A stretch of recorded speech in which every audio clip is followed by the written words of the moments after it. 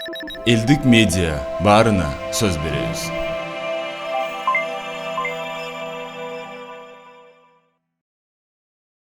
Урматтуу депутаттар, саламатсыздарбы биринчиден?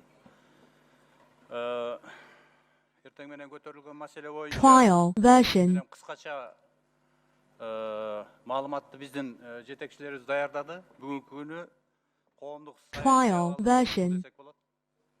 туруктуу криминогендик абалдагы өзү көзөмөлдө турат бардыгы. Бирок өкүнүчтүүсү мына акыркы ушул айдын ичинде бир эки Trial version. адамдын өмүрүнө кол салуу болду.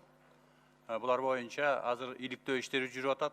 Анан мындай Trial version. кеңирээк маалыматты уруксат берсеңиздер, Ички иштер министри Кашкар Астаканович берип койсо, суроолор болсо анан жооп берсек. Рахмат сиздерге. Элдик медиа баарына сөз беребиз.